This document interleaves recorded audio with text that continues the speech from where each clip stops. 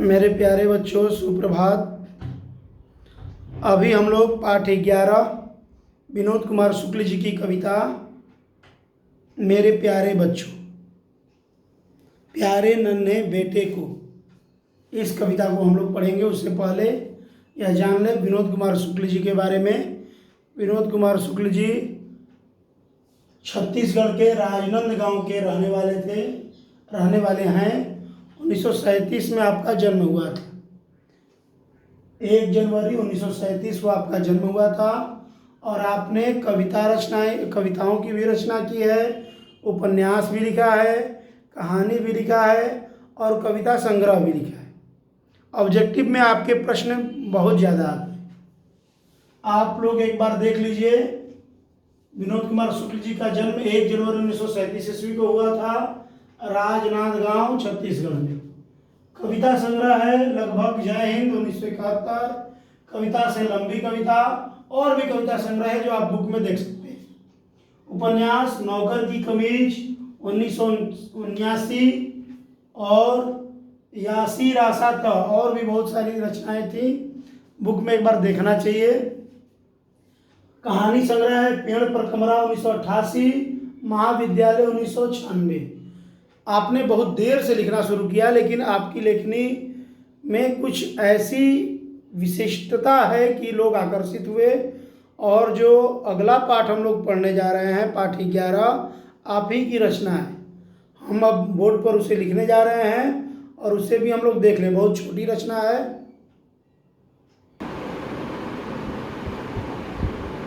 कविता प्रारंभ होता है प्यारे नन्हे बेटे को। इस कविता से ऑब्जेक्टिव प्रश्न सबसे ज़्यादा आता है।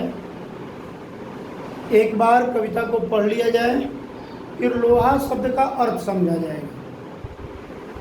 प्यारी बिटिया से पूछूंगा, बतलाओ आस पास कहाँ कहाँ लोहा है। प्यारी बिटिया से पूछूंगा, बतलाओ आस पास कहाँ कहाँ लोहा है। चिमटा, करछुल, सिगड़ी, समसी, दरवाजे की सांकल, कब्जे, खीला, दरवाजे में धंसा हुआ, वह बोलेगी झटपट। इसी तरह घर भर मिलकर धीरे धीरे सोच सोच कर एक साथ ढूंढेंगे कहाँ कहाँ लोहा है। यहाँ स्त्री विमर्श की बातें आती हैं। हर वो औरत दबी सताई बोझ उठाने वाली लोग, जल्दी जल्दी मेरे कंधे से ऊंचा हो लड़का, लड़की का हो दुल्हा प्यारा। ध्यान दें, कविता में 2 विमर्श हैं। एक स्त्री विमर्श, दूसरा एक पिता की बेचैनी, पिता की जिम्मेवारी। अब कवि अपनी प्यारी बेटी से पूछते हैं कि आप बतलाओ कि घर में लोहा कहाँ कहाँ है। लोहा घर में कहाँ कहाँ है। बेटी बतलाती है कि जो चिमटा है जिससे कि माता जी रोटी पलटती हैं, जिससे वो आग को, आप लोग गैस पर भोजन बनाने वाले या जान लें कि गांव में मिट्टी का एक चूल्हा होता था और उसमें चिमटे का ज़्यादा प्रयोग होता था। चिमटा लोहे का बना हुआ है। पहले के ज़माने में कलछुल, बड़ा वाला कलछुल लोहे का होता था।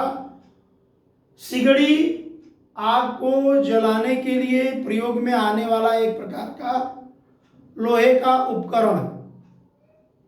समसी, सड़सी से कहा जा सकता है। ये सब जो भोजनालय में लोहे हैं, इनका प्रयोग भोजन बनाने के लिए किया जाता है। ये सब वह बेटी झटपट पहले बताने का प्रयास करेगी, क्योंकि बेटियां भोजन में अपनी माँ की मदद करने में अपनी सहभागिता निभाती हैं।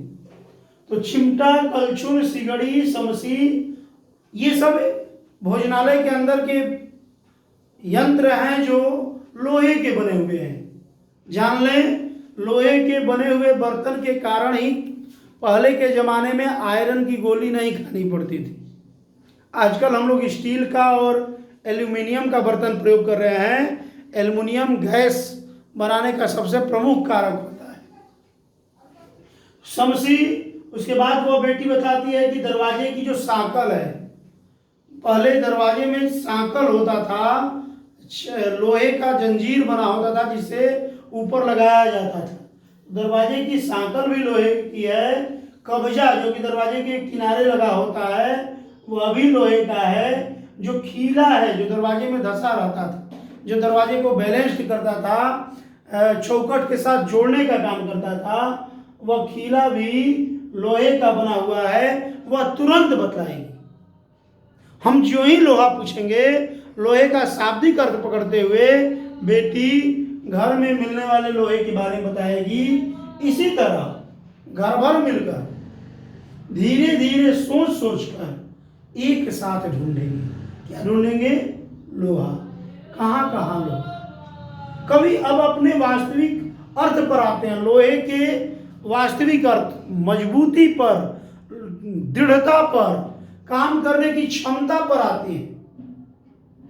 सबसे ज्यादा मजबूत यदि कोई धातु है तो वह लोहा है।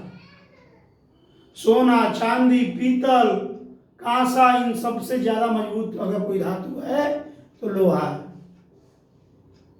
अब कवि कहते हैं कि हर वो औरत जो दबी हुई है, जो सताई हुई है, जो परिश्रम करती है, जो अपने घर का खर्च चलाती है, जो अपने घर के सारे कामों को करती है, क्या वह लोहा नहीं है?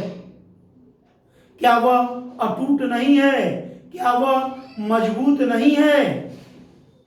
यहाँ उन सारी दबी कुचली औरतों को जो बोझ उठाने वाली लोहा कहते हुए कवि सम्मानित करते हैं। और फिर उनके मन में एक पिता की भावना आती है कि जल्दी जल्दी मेरे कंधे से ऊंचा हो लड़का, मेरे कंधे के बराबर मेरा बेटा पहुंच जाए, उससे ऊपर हो, मेरे जूते, मेरे पैर का जूता उसके पैर में आने लगे।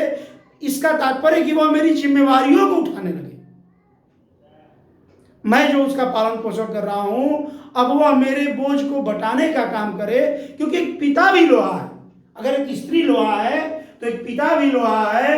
वह अपने घर के सारे कार्यों को करता है। और घर में रहने वाली स्त्री भी एक लोहा के रूप में परिभाषित की जा सकती है। वह भी घर को सजाने, संवारने और बाकी सारे घर के कार्य को करने में लगी रहती है। यदि स्त्री ना हो तो घर घर नहीं रह सकता है।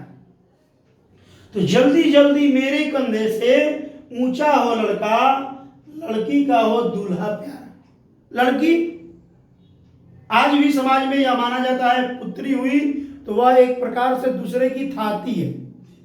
और इसी विचार को पुष्टता प्रदान करते हुए, पुष्ट करते हुए कवि कहते हैं कि लड़की का एक दूल्हा मिल जाए, प्यारा सा दूल्हा, तो मैं जो लोहा बना हुआ हूं, मेरे कंधे पर जो भार है वह कम हो जाएगा। धन्यवाद। आज का यह वीडियो समाप्त होता है। अब तक हम लोग 11 पाठ पढ़ चुके हैं। एक पाठ बचा हुआ है जो अगले वीडियो में उस पाठ के साथ हम लोग व्याख्या किस प्रकार से लिखे यह भी समझेंगे। क्योंकि व्याख्याएं तो आएंगी और उनको लिखने के शैली से, लिखने के तरीके से हम लोग अधिक नंबर प्राप्त कर सकते हैं। वह तरीका मैं कई बार बता चुका हूँ। अब की बार कुछ ज़्यादा अच्छे तरीके से बोर्ड पर लिखकर उसको समझाने का प्रयास किया जाएगा। और आप लोगों से ये अपेक्षा की जाएगी कि आप लोग घर पर प्रत्येक पाठ से प्रैक्टिस करेंगे। क्योंकि किस पाठ से आएगा यह मैं नहीं जानता। इसीलिए 12 पाठ से आप लोग प्रैक्टिस करेंगे। अगले वीडियो में हम लोग किस प्रकार से व्याख्या लिखना है यह समझेंगे। और पाठ 12 जो कि काव्य खंड का अंतिम पाठ है उसे पढ़ेंगे। उसके बाद व्याकरण खंड शुरू हो जाएगा। धन्यवाद। वंदे मातरम। शिक्षक दिवस की आप सभी को हार्दिक बधाई। आपके आसपास जो भी गुरु मिले उनको आप 5 सितंबर को गुरु मानकर उनकी पूजा करनी चाहिए, उनके प्रति श्रद्धा की भावना रखनी चाहिए।